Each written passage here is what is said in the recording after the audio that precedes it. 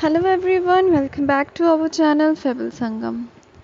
आज मैं आपके सामने एक नया चैप्टर एक्सप्लेन करने वाली हूँ, एकलव्य चैप्टर 5। एक बहुत ही इंटरेस्टिंग स्टोरी है और इसके साथ ही इसका मोरल भी काफ़ी अच्छा है। तो चलिए स्टोरी को हम कंप्लीट करते हैं, एक्सप्लेन करते हैं आपके लिए, और साथ ही इसका क्वेश्चन आंसर भी मैं रिकॉर्ड करने वाली हूँ, तो वीडियो को लास्ट तक ज़रूर देखिएगा। ये स्टोरी है एकलव्य की। तो चलिए देखते हैं कौन था एकलव्य, क्या था, कैसा था, और स्टार्ट करते हैं। चलिए।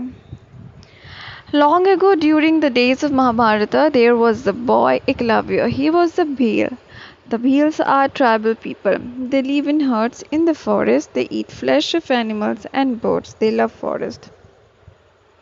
बहुत समय की बात है। कब की बात है? महाभारत के समय की बात है। एक लड़का रहा करता था जिसका नाम था क्या? एकलव्य। वो एक भील था। भील क्या होते हैं? ट्राइबल पीपल होते हैं, शेड्यूल्ड पीपल होते हैं, थोड़ी निचली जनजाति के लोग होते हैं जिन्हें सोसाइटी में निचला माना जाता है।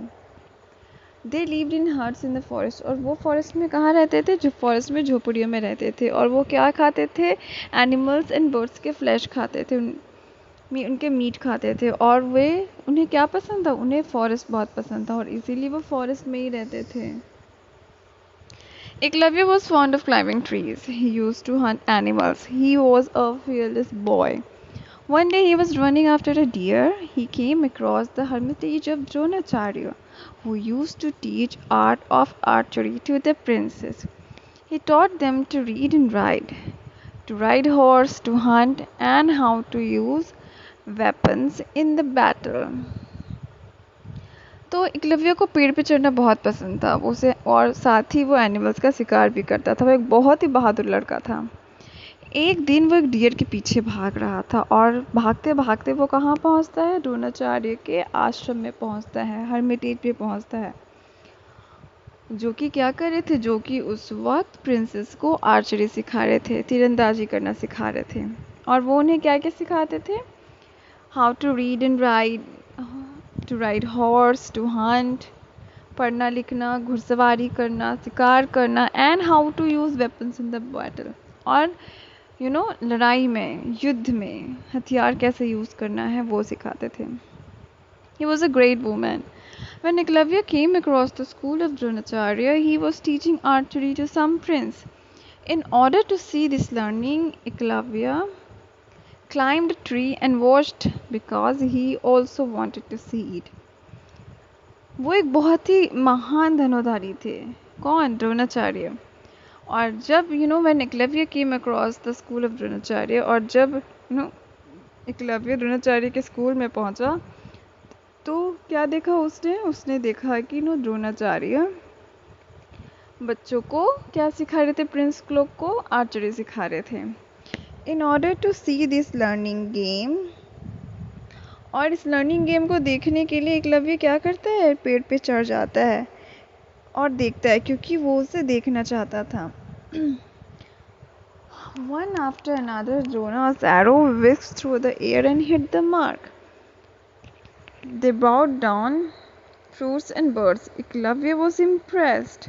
He decided to learn the art of archery from Dronacharya. एक के बाद एक, जैसे ही द्रोणाचार्य के तीर हवा में उड़ते हुए माँ को हिट करते हैं, वैसे ही क्या क्या गिरते हैं? जैसे कि बर्ड्स, फ्रूट्स एकदम गिरते रहते हैं द्रोणाचार्य के तीर के निशान से। और ये देखिए एकलव्य क्या, वो बहुत ज़्यादा इम्प्रेस हो गया और उसने ये डिसाइड कर लिया कि वो भी आर्चरी सीखेगा। और किससे सीखेगा? द्रोणाचार्य से। In the evening, when Dronacharya was alone in his hermitage, Eklavya went up to him. Please, sir, will you teach me archery? He asked Dronacharya. As no teacher in those days taught his art to boys through backward classes, Dronacharya refused to teach Eklavya. I only teach the princess, he said to Eklavya. और evening time में जब द्रोणाचार्य अपने Hermitage में अकेले थे, तब क्या था? एकलव्य उनके पास जाता है और उनसे रिक्वेस्ट करता है कि प्लीज़ सर, क्या आप मुझे आर्चरी सिखाएंगे? और उन समय में, उन दिनों में टीचर्स को जो भी टीचर्स थे, उन्हें जो बैकवर्ड क्लास के बच्चे होते हैं, लड़के होते हैं, उनको नहीं सिखाना होता था। इसीलिए द्रोणाचार्य मना कर देते हैं और कहते हैं कि मैं सिर्फ प्रिंसेस को सिखाता हूँ। Eklavya was sad but determined. He made a clay figure of Dronacharya and put it under a tree. He started practicing archery before the clay figure of his teacher. Eklavya बहुत बुरा, उससे बहुत दुखी होता, वो बहुत उदास हो जाता, लेकिन वो क्या था, पूरा डिटरमाइंड था, उसने सोच लिया था। और वो क्या करता है, क्ले फिगर, मिट्टी का द्रोणाचार्य का एक स्टैचू बनाता है पेड़ के नीचे, और उसी के सामने ही अपने टीचर को रिप्रेजेंट करके वो उसी को देख के ही आर्चरी की प्रैक्टिस करता है। Month past and with regular practice Eklavya become an expert Archer. महीनों बीत जाते हैं और रेगुलर प्रैक्टिस से एकलव्य क्या बन जाता है, एक एक्सपर्ट आर्चर बन जाता है, एक्सपर्ट धनुधारी बन जाता है। One day Dronacharya and his princess were hunting in the forest. They had a dog with them. As the dog ran here and there, he reached the spot where Eklavya was practicing archery. The dog barked at Eklavya. Eklavya shot one arrow after another at the dog without hurting him till his mouth was full of arrow. Now the dog could not bark. He returned to the princess. क्या होता है, एक दिन द्रोणाचार्य अपने princess के साथ hunting पे जाते हैं फॉरेस्ट में। तो उनके साथ एक कुत्ता भी होता है। वो डॉग इधर से उधर दौड़ता रहता है, भागता रहता है, और वो इधर उधर भागते भागते कहाँ पहुँच जाता है, एकलव्य के पास, जहाँ एकलव्य आर्चरी प्रैक्टिस कर रहा होता है। और वो डॉग एकलव्य पे भौंकता है। जैसे वो डॉग भौंकता है, फिर एकलव्य एक के बाद एक तीर चला के डॉग के मुंह को पूरा एरो से भर देते हैं, उसे बिना कोई नुकसान पहुँचाए। और अब क्या था, अब तो डॉग भाग भी नहीं कर पा रहा था, क्योंकि उसका माउथ क्या था, फुल ऑफ एरोज से भरा हुआ था। सो ही रिटर्न टू द प्रिंसेस, और इसलिए वापस वो प्रिंसेस के पास पहुंच जाता है। When the princess and Dronacharya saw the dog, they were impressed by the skill of the archery. They looked about for the archer. The dog led them to the place where Eklavya was practicing archery. और जब princess और द्रोणाचार्य ने उस dog को देखा, वो उसके skill से इतना खुश हुए, बहुत ज़्यादा खुश हो गए कि आखिर इतना बढ़िया धनुर्धर है कौन, और वो उसकी तलाश में लग गए। और वो डॉग उनको एकलव्य के प्लेस में ले गया जहाँ वो प्रैक्टिस करता था। Dronacharya asked Eklavya, who taught you archery? Dronacharya Eklavya से पूछते हैं, तुम्हें आर्चरी किसने सिखाई? Eklavya pointed out the statue of his guru. He said to Dronacharya, "You are my teacher. I learned this art from you." Eklavya एक स्टैचू की तरफ पॉइंट करते हुए बोलता है और कहता है, आप ही मेरे टीचर हैं और मैंने ये आर्ट आप ही से सीखा है।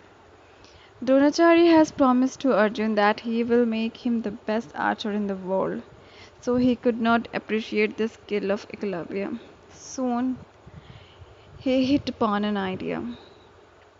द्रोणाचार्य ने अर्जुन से प्रॉमिस किया था कि वो उसे वर्ल्ड का सबसे बेस्ट आर्चर बनाएगा, और इसी की वजह से वो एकलव्य के स्किल को अप्रिशिएट नहीं कर पाया, और तुरंत ही उसके दिमाग में एक आइडिया आया। He said to Eklavya, I am your teacher, will you give me guru dakshina, the gift of the teacher? Ask me for anything, replied the devoted disciple. He said to Eklavya, Dronacharya Eklavya से कहते, मैं तो तुम्हारा टीचर हूँ, अब तुम्हें मुझे गुरु दक्षिणा तो देना पड़ेगा as a gift of the teacher. और ये सुन के ही एकलव्य कहते हैं कि बोलिए आपको क्या चाहिए। वो इतना डिवोटेड था अपने टीचर को लेके, गुरु के प्रति। Give me the thumb of your right hand, said Dronacharya. Eklavya did not hesitate even for a second. He took his knife, cut off his thumb and gave as dakshina to his guru Dronacharya. Dronacharya could not believe his eyes. He never expected such an obedience, such devotion. Since then, the name of Eklavya is cited as an example of devotion to the teacher. तो इसके साथ ही क्या होता है, जैसे वो कहते हैं कि give me the thumb of your right hand, जैसे बोलते हैं कि तुम मुझे क्या दो एज अ गुरु दक्षिणा, अपने राइट हैंड का थंब दो। और एकलव्य जैसे ये सुनता है, बिना किसी हेजिटेशन का वो तुरंत अपना नाइफ निकालता है, अपने राइट हैंड का थंब काट के एज अ गुरु दक्षिणा द्रोणाचार्य के सामने दे देता है, उनको दे देता है। और द्रोणाचार्य को अपनी आँखों पे यकीन नहीं होता है, क्योंकि उन्होंने ऐसा ओबीडियंस, इतना डिवोशन कभी नहीं देखा था। और इसके साथ ही तब से एकलव्य का नाम as an example of devotion of the teacher, devotion to the teacher के तौर पे लिया जाने लगा कि ऐसा डिवोशन एक स्टूडेंट में होना चाहिए अपने टीचर के प्रति। और इसके साथ ही ये चैप्टर हमारा फिनिश होता है।